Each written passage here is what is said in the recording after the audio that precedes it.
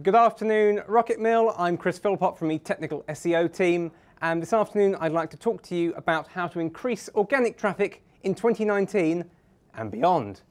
Now, videos and articles with this name or similar appear pretty much every year in November and December. They're about as routine as walking into Marks and Spencer and buying your mum a Christmassy cardigan and the tannoy crackling into life and, well, who do you hear but Noddy Bloody Holder?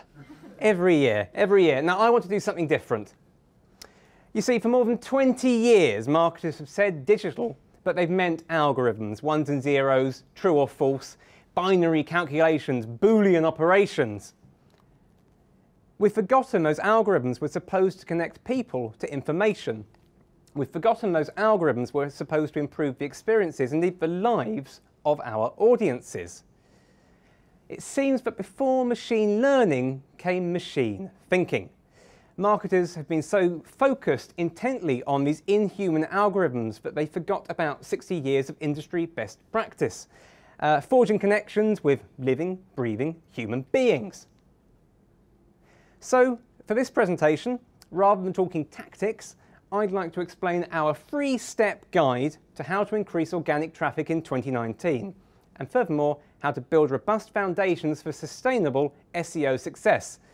This is how RocketMill works with its clients, and furthermore, it's backed up by the best. It's aligned by what Google cites as its plans for the next 20 years of search. So, 3 steps to increase organic traffic. They are, step 1, target people throughout their journeys in their lives where search is a touch point. Step 2, focus on optimizing for different search intents and not individual keyword rankings.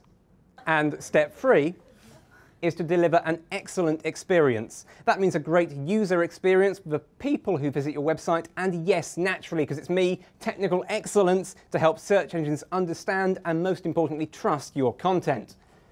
So let's start with how to target people throughout their search journeys. The key takeaway here is you need to empathize with your audience and deliver the information they need in the way they want it at the time they need it. Google is helping its users to do this with features such as activity cards. These help users to retrace their steps around the web by highlighting content they've previously viewed that is related to a new search. Furthermore, Google has also improved its collections experience, which now recommends content which relates to a theme. This transforms search from a pull experience in which you ask for information into a push experience where you're given what you need to know next, even if you didn't really know you needed it. So let's talk about how to target people throughout their search journeys. I've broken this down into 6 steps. Step 1 is to define tangible goals that your business can help people to achieve. If you are watching this from Ford, you want people to buy cars. If you work for eHarmony, you want people to fall in love. Step 2 is to break down those goals into journeys, and that's if it takes a long time to achieve. You might be able to move straight on to step 3, which is to break those journeys down into steps. And then identify what a person would think and feel at each step of that journey, and create content to heighten the high points and lift their mood during the low points by addressing questions and concerns. And finally, help people move on, make progress from one step to the next. Now, in its 20-year vision, Google specifically calls out the importance of creating evergreen content to answer people's questions throughout a journey. And one of the best ways to identify the goals of your audience and how they will feel as they work towards them is via user journey mapping. I'm going to cover this in brief. It's a full workshop facilitated by Ian and Alex from our creative team most often, and they kindly gave me these slides, which I have cribbed. Suffice to say, they are excellent at it, and I recommend you give them all your money. So you start off by dividing a whiteboard, or in this case a corkboard, into 36 spaces. And then along the top you identify the steps towards a journey or a goal, and down the side you identify groupings for what a person would do, ask, think and feel at each step.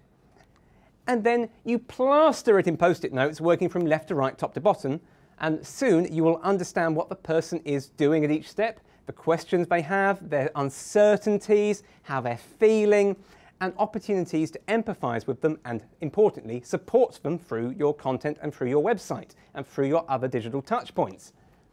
So a practical example for someone ordering a product might go through the journey we've got up on the board.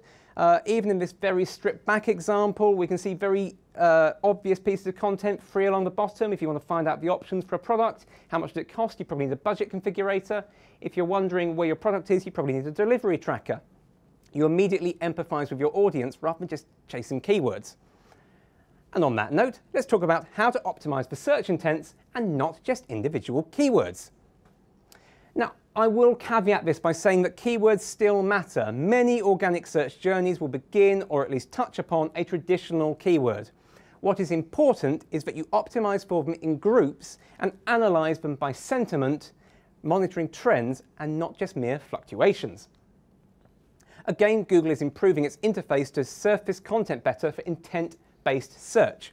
So when you search for a topic, you will find that it is starting to dynamically organize feature snippets from related search results into miniature encyclopedias.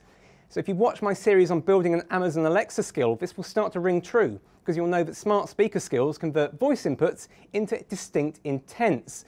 And so therefore, this approach works not just for traditional organic search, but for cutting-edge voice search. So let's talk about how to optimize for search intents. You will need to match your content to the way that people want to consume it. And the best way to do so, for each piece of content you need to create or improve, determine its core theme, and then identify the group of search queries that your content must address. So, what is the most popular head term keyword? That still matters. What keywords with medium search visibility, that might be a few hundred or a few thousand depending on your niche, should appear scattered throughout the copy? And what questions must be addressed by the subheadings or FAQs on that page to touch on those long tail keywords, but also more importantly, to empathize with the user's needs? And a very key step is to analyze the SERPs, the search engine results pages, and to spot ways to enhance your presence thereupon. So here's an example. Let's say you want to be visible when people are searching for how to make pancakes.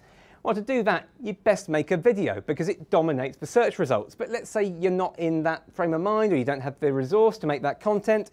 Well, plenty of people want to print out recipes, so you could target the featured snippets and make sure you use semantic markup like a subheading to cover off the keyword, how do I make homemade pancakes, and then a ordered list to do a 1-2 list, which again Google can interpret. And it's presented here in a list of related queries, sometimes known as people also ask. Now, with so much competition on this set of search results, if you are going to gain any traffic whatsoever from a traditional blue link, you'd better add some structured data markup to pull out the picture, the rating, the number of votes, the time it will take to cook, the calorie count, loads of useful information that will convince a user that this piece of information is trustworthy, your page is going to be insightful and beneficial to their needs, and furthermore, henceforth, in true standard digital marketing terms, to boost your click-through rate. Let's be honest, this guy ain't getting no clicks. Let's finally talk about how to deliver that excellent experience on your website. Now that you have identified the people that you want to target and the best ways to reach them, you'll need to deliver upon their needs with a truly compelling experience. And don't forget, this also extends to your other digital touchpoints, such as your app. So step one, I'm going to talk about websites for a second. Optimize your site structure. I love doing this stuff. How to optimize your site structure. 3 steps. We are going to provide excellent primary, secondary, and on-page navigation. That means a clear navigation menu on all devices, please, not just desktop, helpful footer links, possibly internal search if it's advantageous, and jump links to help users quickly find what they need on a long page. Then we're going to align our URL structure with journeys around the site. We're coming back to that journey intent. In terms of what that means for your URLs, we need to make sure every page's URL should signify what the page is about and where it sits within the wider context of your website. And then we are going to use internal links to navigate forwards, backwards, and sideways. We're going full on Pac-Man here. And instead of just trying to build external links and putting yourself at risk of an algorithmic penalty, why don't you concentrate on the internal links to improve journeys around your own site and furthermore enhance the potentially the visibility or certainly the number of routes into your most important content. This is not just a theory. So we worked with our client Kimberly Clark to improve the Depend website, and we converted a flat site structure into a hierarchy. This increased organic traffic to the advice pages of their site by 345% and took their overall visibility ahead of Always Discreet and Tenor. This really does work. Next up, you should be optimizing your page information. So how do you optimize your page information? You start by writing a compelling page title and description. While these elements do matter for algorithms, it's much more important that they convey the message of your page, that they reassure potential customers that you will have provided information that will be helpful, and hence that will encourage them to click through. You should then structure your page using semantic headings and subheadings. That means one H1 tag, multiple H2 tags, nested together like a really nicely formatted essay. Then you should use bullets, numbered lists and tables to earn feature snippets. You can encourage them. These need to be earned via trustworthy content and, again, a compelling experience. Enhance your content with structured data markup, going after star ratings and stock statuses so that they appear in the search results and, again, encourage people to click through and know they'll get what they want when they hit the page. And finally, it's important to note that you shouldn't deliver a bad experience. So how do you avoid delivering said bad experience? Firstly, you check your pages and critical assets aren't blocked to crawlers. You can check this via Google Search Console, which is free. You should tidy up the 404 errors and other crawl problems around your site, 301 internal chains, etc. It's not only search engines which will lose trust, your audience will too. You should combine or canonicalize similar or duplicate pages, just as you should target one search intent per page. Likewise, you should have one page per search intent. It works both ways. You should ensure your pages load quickly on all devices. Speed is a ranking factor on Google desktop and mobile results, and again, more importantly, it influences whether visitors will trust your website. And finally, serve everything on your site using secure HTTPS. This is the ultimate trust factor, and according to Mozcast data released this week, 92% of first-page Google results are served via HTTPS. So it's really, really crucial if you want to have the highest level of visibility. To round up, over the next few months, you are going to be hearing a lot from RocketMill about people-first marketing. And this isn't just a high and mighty ideal that sounds good in a slide deck. It is a pivotal, actionable concept that is applicable to every online and offline channel that forms part of your marketing strategy. People first means empathizing with customers, empowering consumers, increasing trust, and enhancing your interactions with your audiences, no matter where they happen to be. A people-first approach to SEO is crucial for long-term visibility in organic search for 2019 and beyond. Thank you.